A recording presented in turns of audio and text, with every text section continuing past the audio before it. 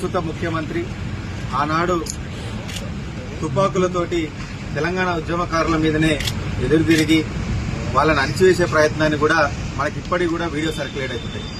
అట్లాంటి రేవంత్ రెడ్డి ఇంకా వీధి రౌడీ చేష్టలు ఇంకా మర్చిపోక మొన్న ఒక వేదిక మీద తక్షణమే ఇక్కడ ఉన్నటువంటి బీఆర్ఎస్ పార్టీ, తెలంగాణలో ఉన్నటువంటి బీఆర్ఎస్ పార్టీ దిమ్మలు కూల్చాలని ఆయన ఒక సందేశాన్ని ఇచ్చినారు.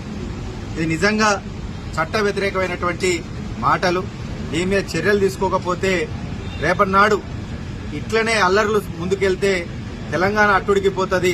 ఒకవైపు ఇంకా తెలంగాణ సాధించుకున్న తర్వాత గడిచినటువంటి 10 ఏళ్లు బీఆర్ఎస్ హయాంలో ఒక సువర్ణ అంశంగా చెప్పుకోవచ్చు.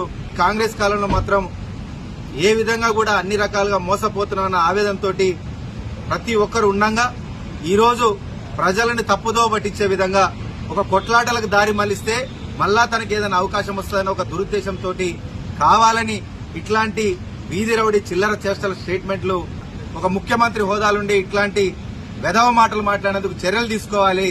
ఆయన అసలు ఆ స్థానానికి తగడు. ఒక హోంమంత్రి హోదా ఈరోజు ఆయన దగ్గరనే పెట్టుకుని, కుర్చీ ఆయన దగ్గర పెట్టుకుని ఇట్లాంటి మాటలు మాట్లాడితే సమాజానికి రేపటి జరిగే ఎట్లాంటి అల్లర్లు జరిగినా ఆయనే బాధ్యుడవుతుంది. కాబట్టి ముందుగానే చర్యలు తీసుకుంటే ఈ చర్యలన్నిటికీ ఫుల్ స్టాప్ పడుతుంది. బీఆర్ఎస్ పార్టీ వర్కింగ్ ప్రెసిడెంట్ అయినటువంటి కేటీఆర్ గారి ఆదేశాల మేరకు ఈరోజు మా నల్గొండ జిల్లా ఎమ్మెల్యేలందరం కూడా, ఎక్స్ ఎమ్మెల్యేలందరం కూడా ఎమ్మెల్సీ గారి మొత్తం ఇక్కడికి వచ్చి కంప్లైంట్ ఇవ్వడం జరిగింది.